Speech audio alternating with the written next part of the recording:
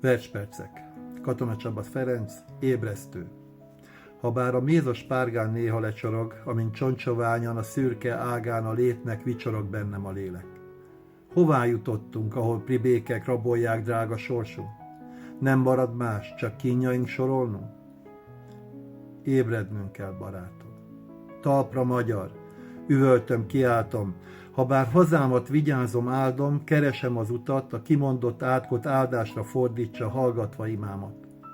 Szeretetben, ölelve társat, összefogódzva, mondva az imákat, építsünk jövendőt egy jobb világnak.